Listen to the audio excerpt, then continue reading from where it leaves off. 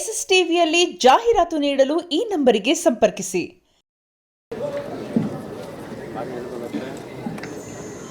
ಜಮೀನ್ ತಗೊಳ್ಳೋ ಪ್ರೋಸೆಸ್ ಅವೆಲ್ಲ ಏನಾಗಿದೆ ಇವಾಗ? ಅದು ಸೇಲ್ ಅಗ್ರಿಮೆಂಟ್ ಆಗಿದೆ ಸರ್. ಅಗ್ರಿಮೆಂಟ್ ಆಗಿದೆ. ಡಾಕ್ಟರ್ ವಿಷ್ಣು ಸೇನಾ ಸಮಿತಿ ಹೆಸರಲ್ಲಿ ಮತ್ತೆ ಸುದೀಪ್ ಅವರು, ಅಶೋಕ್ ಕೇಣಿ ಇವರೆಲ್ಲರನ್ನೂ ಒಳಗೊಂಡಂತೆ 3 ಜನರ ಸಹಭಾಗಿತ್ವದಲ್ಲಿ ಒಂದು ರಿಜಿಸ್ಟ್ರೇಷನ್ ಮಾಡಿದ್ದೀವಿ. ಅಶೋಕ್ ಕೇಣಿ ಅವರಿದ್ದಾರೆ, ವಿಷ್ಣು ಸೇನಾ ಸಮಿತಿಯಿಂದ ನಾನಿದ್ದೇನೆ, ಮತ್ತು ಸುದೀಪ್ ಸರ್ ಇದ್ದಾರೆ. ಅದಕ್ಕೊಂದು ಸಂಸ್ಥೆ ಮಾಡಿದ್ದೀವಿ. ಆ ಸಂಸ್ಥೆ ಹೆಸರಲ್ಲಿ ರಿಜಿಸ್ಟ್ರೇಷನ್ ಸೇಲ್ ಅಗ್ರಿಮೆಂಟ್ ಆಗಿದೆ. ಸೇಲ್ ಡೀಡ್ಗೆ ಇನ್ನೊಂದಷ್ಟು ಅಮೌಂಟ್ಗಳ ಅವಶ್ಯಕತೆ ಇದೆ. ನಾವು ಒಂದು ಮಾಡಿಕೊಂಡು ಈ ತಿಂಗಳಲ್ಲೇ ಮುಗಿಸ್ತೀವಿ ಸರ್. ಈ ಸ್ಮಾರಕಕ್ಕೆ ಒಟ್ಟಾರೆ ಎಷ್ಟು ಖರ್ಚಾಗಬಹುದು? ಎಸ್ಟಿಮೇಟ್ ಮಾಡಿದ್ರ ಪುನೀತ್ ಎಸ್ಟಿಮೇಟ್ ಆಗಿದೆಯಾ? ಎಸ್ಟಿಮೇಟ್ ಇನ್ನೂ ರೆಡಿ ಮಾಡ್ತಿದ್ದಾರೆ ಸರ್. ಎಸ್ಟಿಮೇಟ್ ನಾನು ರಿವ್ಯೂ ಮಾಡ್ತೇನೆ. ಕೆಲಸಗಳು ಯಾವಾಗಿಂದ ಪ್ರಾರಂಭ ಆಗುತ್ತೆ ಸರ್? ಮುಂದಿನ ತಿಂಗಳಲ್ಲಿ ಮಾಡ್ಬೇಕು ನಮ್ಗೆ, ಯಾಕಂದ್ರೆ ಇನ್ನು 11 ತಿಂಗಳು ಅಷ್ಟೇ ಸಮಯ ಇರೋದಲ್ಲ. ಸೊ ಮುಂದಿನ ತಿಂಗಳಿಂದ ಶುರು ಮಾಡ್ತೀವಿ.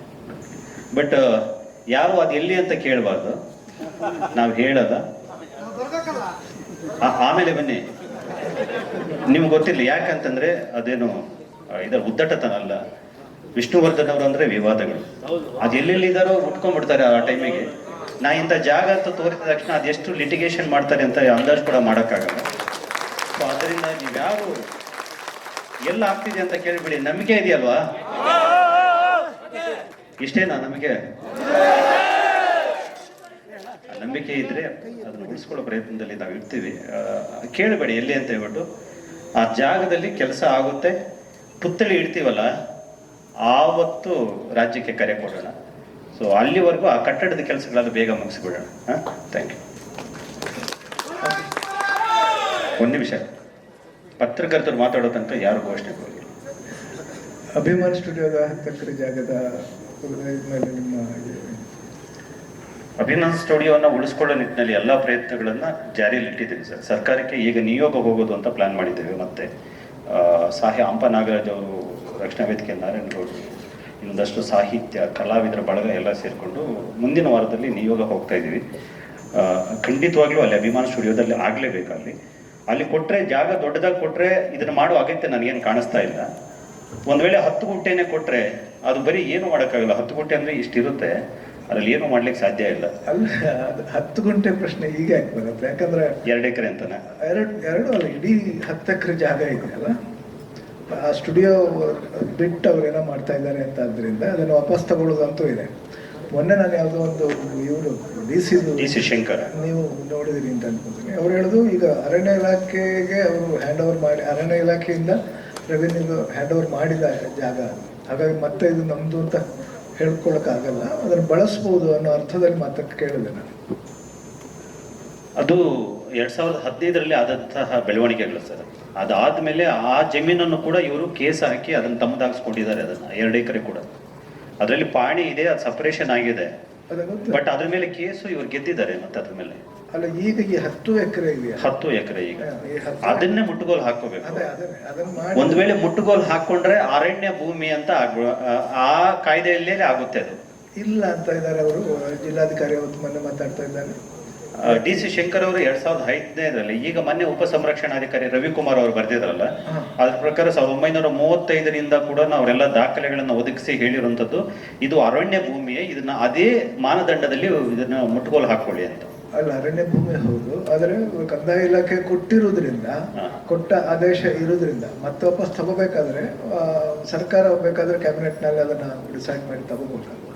ಅದು ಸಚಿವ ಸಂಪುಟದಲ್ಲಿ ಅದನ್ನ ನಿರ್ಧಾರ ಮಾಡ್ಕೊಂಡ್ರೆ ಕೋರ್ಟು ಬೇರೆಯವರು ಯಾರು ಏನು ಮಾಡೋಕ್ಕಾಗಲ್ಲ. ಅದೇ ಅದಕ್ಕೆ ಅದು ಸರ್ಕಾರದ ಮಟ್ಟದಲ್ಲಿ ಆಗ್ಬೇಕು. ಸರ್ಕಾರ ಮನಸ್ಸು ಮಾಡಿ 10 ಎಕರೆ ತಗೊಂಡು ನಮಗೆ ಒಂದು ಎಕರೆ ಕೊಡ್ಬೋದು ಆರಾಮಾಗಿ. ಬೇಡ ಇಲ್ಲ ಅಂತಂದ್ರು ಅದೊಂದು ಪೂಜಾ ಕೇಂದ್ರವಾಗಿ, ಆರಾಧನಾ ಕೇಂದ್ರವಾಗಿ ಮಾಡಬಹುದು ಅದನ್ನು, ಪುಣ್ಯಭೂಮಿಯಾಗಿ. ಒಂದು ಪಕ್ಷ ಆ ತರ 1 ಎಕರೆ ಕೊಟ್ಟರು ಅಂದ್ರೆ ಅವಾಗ ಅಲ್ಲಿ ಏನಾಗತ್ತೆ, ಇಲ್ಲಿ ಏನಾಗಿರುತ್ತೆ? ಒಂದು ವೇಳೆ ಕೊಟ್ಟಿದ್ದಾರೆ ಅಂದ್ರೆ 1 ಎಕರೆ ಅಲ್ಲಿ ಆಗ್ಲಿ ಸರ್, 2-3 ಬೇಡ ಅಂತ ಅನ್ಸುತ್ತೆ ನನಗೆ. ಅಲ್ಲಿ ಆಗ್ಲಿ. ಬಟ್ ಅದು ಎಷ್ಟು ದಿವಸ ಆಗುತ್ತೋ, 15 ವರ್ಷ ಎಳೆದಿದ್ದಾರೆ, ಇನ್ನು ಎಷ್ಟು ದಿವಸ ಗೊತ್ತಿಲ್ಲಲ್ಲ. ಒಂದ್ ವೇಳೆ ಅದಕ್ಕಿಂತ ಮುಂಚೆ ಇದಾದ್ರೆ ಇದಂತೂ ಕೆಲಸ ಶುರು ಮಾಡ್ಬಿಡ್ತೀವಿ ನಾವು. ಅಲ್ಲ, ಈಗ ಒಂದು ಹಂತಕ್ಕೆ ಬಂದಿದ್ದೆ ಅಲ್ಲ ಈಗ. ಯಾಕಂದ್ರೆ ಮೊದ್ಲಾದ್ರೆ ಅವರು 2003ರಲ್ಲಿ ಕೆಲಸ ಹಾಕಿದ್ದು, ಇನ್ನೊಂದು ಅವೆಲ್ಲ ಮುಗಿದು ಹೋಯ್ತು. ಈಗ ಏನೇ ಹೇಳಿದ್ರು ಬಾಲಣ್ಣನವರ ಫ್ಯಾಮಿಲಿಗೆ ಅದ್ರ ಮೇಲೆ ಹಕ್ಕಿಲ್ಲ ಅನ್ನೋದಂತೂ ಖಚಿತ ಆಯ್ತು. ಅವ್ರು ಕೋರ್ಟು ಕಚೇರಿ ಏನೇ ಹೇಳಿದ್ರು ಸ್ಟುಡಿಯೋಕ್ಕೆ ಬಳಸದೇ ಇರೋದ್ರಿಂದ ಅಲ್ವಾ. ಹಾಗಾಗಿ ಸರ್ಕಾರ ಅದನ್ನು ವಶಕ್ಕೆ ತಗೋಬಹುದು. ಸರ್, ಸರ್ಕಾರದ ಇಚ್ಛಾಶಕ್ತಿ ಎಷ್ಟು ವರ್ಕ್ ಆಗುತ್ತೆ ಅಂತ ನನಗೆ ಗೊತ್ತಿಲ್ಲ. ಯಾಕಂದ್ರೆ 2015ರಲ್ಲಿ ಇದೇ ತರ ಮುಟ್ಟುಗೋಲು ಪ್ರಕ್ರಿಯೆ ಆದಾಗ ಸರ್ಕಾರದ ಮಟ್ಟದಲ್ಲಿ ಕೆಲವು ಹೋರಾಟಗಾರರು ಅದನ್ನ ಬಾಲಕೃಷ್ಣ ಅವರ ಜಮೀನನ್ನ ನೀವೇನಾದ್ರೂ ಮುಟ್ಟುಗೋಲು ಹಾಕೊಂಡ್ರೆ ನಾವು ಹೋರಾಟ ಮಾಡ್ತೀವಿ ಅಂತ ಹೇಳಿದಕ್ಕೆ ಸರ್ಕಾರ ಪ್ರಕ್ರಿಯೆಯನ್ನೇ ನಿಲ್ಲಿಸಿಬಿಟ್ಟಿತ್ತು. ಈಗ ಅದರ ಆಂತರಿಕವಾಗಿ ಏನಾಗ್ತಿದೆ ಅಂತ ನಮಗೂ ಗೊತ್ತಿಲ್ಲ. ಅದಕ್ಕೆ ಅದನ್ನು ಎಚ್ಚರಿಸುವಂತ ಕೆಲಸ ಅವ್ರೇನು ಅಭಿಮಾನ ಸ್ಟುಡಿಯೋಗೆ ಯಾವ ಉದ್ದೇಶಕ್ಕೆ ಜಾಗ ತಗೊಂಡಿದ್ರು ಆ ಉದ್ದೇಶಕ್ಕೆ ಅವರು ಬದ್ಧರಾಗಿಲ್ಲ, ಮತ್ತೆ ಅದಕ್ಕೆ ಬಳಸ್ತಾ ಇಲ್ಲ. ಆದ್ರಿಂದ ನೀವು ಖಂಡಿತವಾಗ್ಲೂ ತಗೋಬಹುದು. ಮತ್ತೆ ಅವ್ರ ಮೇಲೆ ಅನುಕಂಪ, ಸಿಂಪತಿ ತೋರಿಸೋ ಅಗತ್ಯ ಇಲ್ಲ. ಯಾಕಂದ್ರೆ ಅವ್ರ ತಾತನ ಸಮಾಧಿಯನ್ನೇ ನೆಲಸಮ ಮಾಡಿದವರು ಅವರು. ಸೊ ಆದ್ರಿಂದ ಯಾರಿಗೋಸ್ಕರ ಜಾಗ ಕೊಟ್ಟಿದ್ದಾರೋ ಅವ್ರ ಸಮಾಧಿನೇ ನೆಲೆಗೊಳಿಸ್ತಾರೆ ಅಂತಂದ್ರೆ ಇವರು ವ್ಯವಹಾರಿಕವಾಗಿ ತುಂಬಾ ಮುಂದೆ ಹೋಗ್ಬಿಟ್ಟಿದ್ದಾರೆ. ಇಂಥವ್ರ ವಿಷಯದಲ್ಲಿ ಅನುಕಂಪ ತೋರೋದು ಬೇಡ, ನೀವು ಮುಟ್ಟುಗೋಲು ಹಾಕೊಳ್ಳಿ ಅನ್ನೋ ಒತ್ತಾಯವನ್ನ ನಾವು ದಾಖಲಿಸೋದಕ್ಕೋಸ್ಕರ ನಿಯೋಗ ಹೋಗ್ತಾ ಇದೀವಿ. ಅದೇ ಅದನ್ನು ತಗೊಂಡು ಇನ್ಯಾರಿಗಾದ್ರೂ ಅದೇ ಕೆಲಸಕ್ಕೆ ಅಂದ್ರೆ ಸ್ಟುಡಿಯೋ ತರ ಡಾಕ್ಟರ್ ವಿಷ್ಣುವರ್ಧನ ಪ್ರತಿಷ್ಠಾನಕ್ಕೆ ಬರುತ್ತೆ. ಅದು ಸರ್ಕಾರದಲ್ಲಿ, ಅದು ಮುಖ್ಯಮಂತ್ರಿಗಳ ಅಧ್ಯಕ್ಷರಾಗಿರ್ತಾರೆ. ಅಲ್ಲಿಂದಾಚೆಗೆ ಅವ್ರು ನೋಡ್ಕೋತಾರೆ. ನಮಗೆ ಅಭಿಮಾನಿಗಳಿಗೆ ನಾವು ಹೋಗಿ ಕೈ ಮುಗಿದು ಬರೋದಷ್ಟೇ ನಮ್ಮ ಕೆಲಸ.